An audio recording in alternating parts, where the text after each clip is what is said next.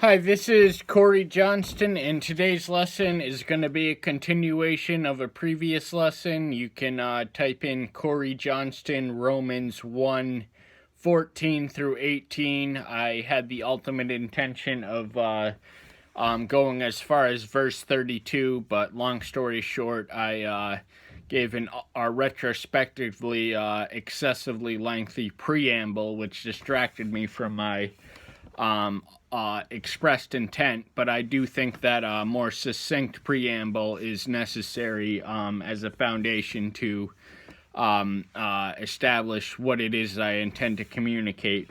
Now, the title of the discourse I selected is The Sewer of Society, of which I'm indebted to Mennonites with whom I used to was in the habit of holding Bible studies with.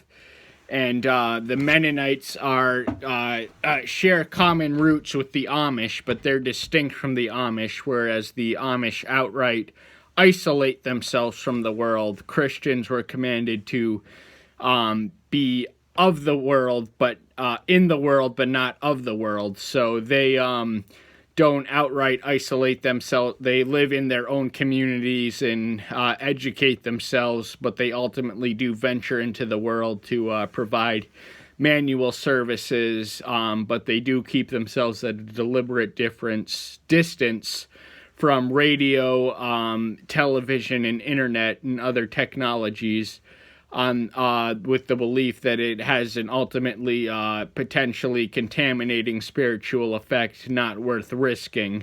That's a belief I don't personally succumb to. I believe that there is certainly constructive potential in the mediums they forbid, but it's not something I would either discourage them from discontinuing or even show them this at the risk of compromising something they hold valuable. So it's something that ultimately I can only thank them in person, assuming that I'd meet them from again. But we got as far as verse 18, which reads, "For the wrath of Elohim is revealed from the heavens against the wickedness and unrighteousness of men, who suppress the truth in unrighteousness." Now, Elohim is distinct from the man-manufactured God. One, in that he's actually existent, and two is that he's not bloodthirsty merely for the sake of being bloodthirsty. His wrath is always for a merited purpose, and the purpose is outlined in this verse is when men astray from him in wickedness, suppressing the truth in unrighteousness. Now, there is a singular standard of truth. The notion that absolute truths is implicit throughout the Bible, and the school of modern relativity insists that all truth is relative. My truth is not necessarily any more valid than your truth, but the ultimate flimsy foundation of relativity as it pertains to truth is that the statement that all truth is relative is invalidated by its own premise, by the own three-letter word, all, which makes an absolute statement. Moving on, because that which is known of Elohim is manifest among them, for Elohim has manifested to them.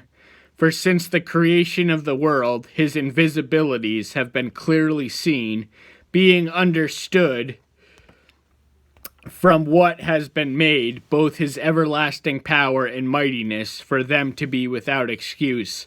Now, this is a species of what is known as general or natural revelation. There are two primary forms of revelation. One is special revelation, which is the law or scriptures, through which we get the fuller revelation. But the self-evidence is in creation. Now, obviously, as we mentioned, Elohim is invisible, and that which cannot be visibly observed cannot be objectively proved. But the self-evidence in creation is that it implied a being who was omniscient enough powerful enough to execute a plan, and omniscience, which is the attribute of infinite wisdom, to conceive a plan and design it, and powerful enough to act on that plan. Because they knew Elohim, they did not esteem him as Elohim, nor give thanks, but became vain in their reasoning, and their undiscerning heart was darkened.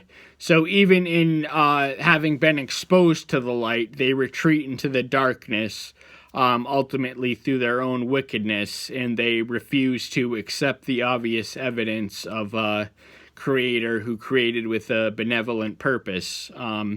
Claiming to be wise, they became fools, and this is prolific in modern academic, which almost takes as a point of pride the rejection of atheistic or agnostic tendencies. That which cannot be objectively verified is seen as by them as a sign of tender-mindedness. But I can argue that the root of atheism is not the product of a vigorous mind so much as a hardened heart. Change the esteem of the incorruptible Elohim into the likeness of an image of corruptible men, and of birds, and of four-footed beasts, and of reptiles. Now, we've already explained in previous discourses, Ezekiel 14 and Exodus 21:5, that the premise of Old Testament idolatry was that Yahweh, being invisible, immaterial, and incorporeal, could not be manifested or represented by physical likenesses. This made him distinct from the polytheistic deities. Idols were the function through which they were worshipped and represented. The Egyptians, for example, represented their gods in animalistic likenesses. They utilized crocodiles, cats, dogs, to name other things. But ultimately, we also read that the likeness of the image of corruptible man. Now, idols are ultimately a reflection of their creators. That is to say, they're rooted in the black, perverted heart, and are therefore subject to the infirmities of man's nature. Namely corrupt soul, depraved mind, corrupt heart, and they are a reflection. Their sexual perversions and prone to violence are very much a reflection of what Friedrich Nietzsche, the famous atheist, would call human, all too human. So they entirely lack what is befitting of a divine nature. Therefore Elohim gave them up unto the uncleanness and their lust of their hearts, to disrespect their bodies amongst themselves, who changed the truth of Elohim into the falsehood, and worshipped and served what was created rather than the created, who is blessed forever. Amen. Again, the idols are the distinct from the creator in that they are in fact made in the image of the men who created, whereas we read in Genesis 1:26 that man was made in the image of his maker. The precise details and data are you're not going to find anywhere in the scriptures what precisely that entails, but there's a variety of hypotheses floating around. The most convincing one, I feel, is spirituality, which renders us distinct from the animals, and that we have the capacity to contemplate and have fellowship with the divine, which is beyond the capacity of animals. Because of this, Elohim gave them over to degrading passions, for even their women exchanged natural relations for what is against nature. And likewise the men, also having left natural relations with women, burned in their lust for one another, men with men committing indecency, and receiving back the reward which was due for their straying.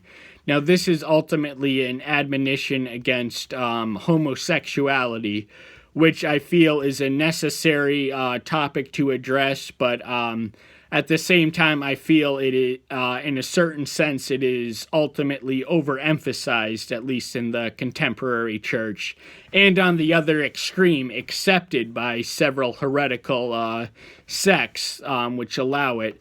And the reason I think it's overemphasized is because it's ultimately a species of self-righteousness.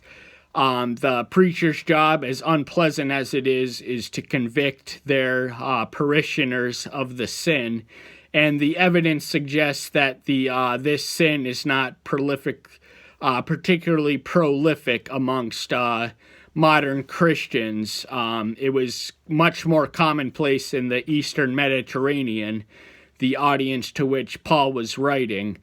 And now today, for instance, 78% of Americans classify themselves as Christians, 3% classify themselves as homosexuality. The figure of the latter is, of course, lower. To paraphrase Martin Luther, Christians are rare creatures on earth. So a lot of people who are inclined to call themselves Christians do not meet many of the marks of Christian. And, of course, many people who classify themselves as homosexuals are only openly so. So there are those who are what may be called closet homosexuals. And now this is the sexual sin is one of the, amongst other sins, it's unique in the Decalogue in that the case for the moralistic and utilitarian argument against the other sins of the Decalogue are so self-evident from both a moralistic and utilitarian standpoint that they require little elaboration or explanation.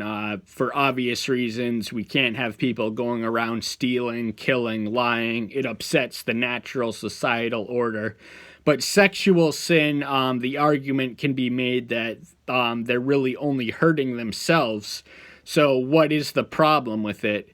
And I must confess, I do not have the answer, but I do accept it by faith. Homosexuality is by no means the exclusive sexual sin. It's not a sin I personally struggle with, but it is one that I advise against. But at the same time, I would never, ever discourage one who struggles with that particular sin to not pursue a fellowship with Elohim or God, because the sin is no more grievous than any other. Sin is sin.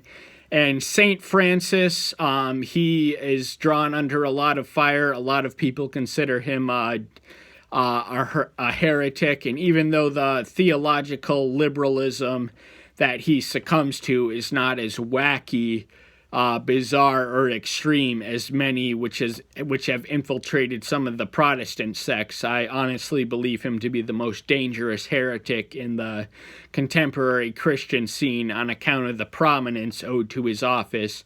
But I do think he does have a point.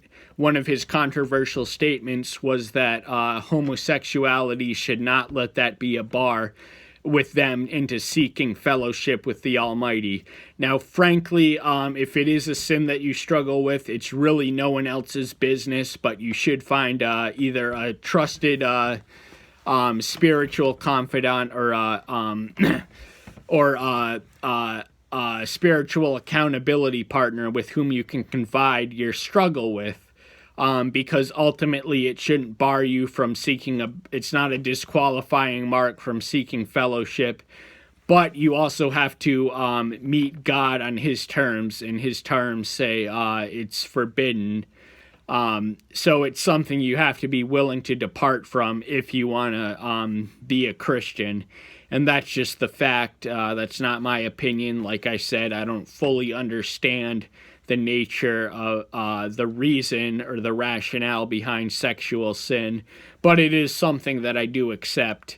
And moving on, verse 28, and even as they did not think it worthwhile to possess the knowledge of Elohim, Elohim gave them over to a worthless mind to do what is improper. And in the next verses, we really don't have time to elaborate, but they're just a corollary of sin. Rarely is sin a sin in itself. It often leads to another. Having filled with unrighteousness, whoring, wickedness, greed, evil, filled with envy, murder, fighting, deceit, evil habits, whispering, slanderers, haters of Elohim, insolent, proud, boasters, devisers of evil, disobedience to parents. This is a violation of the fifth commandment in the Decalogue.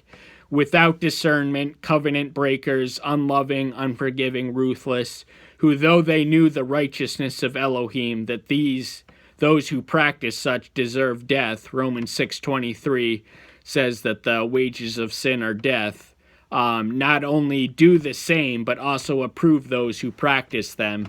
And that's something we have to keep in mind, because if you watch TV and the sin that is ultimately for entertainment sakes, you are guilty of condoning, whether silently or unexplicitly or not. And that concludes today's lesson. Thank you so much. Tune in next time. Bye-bye.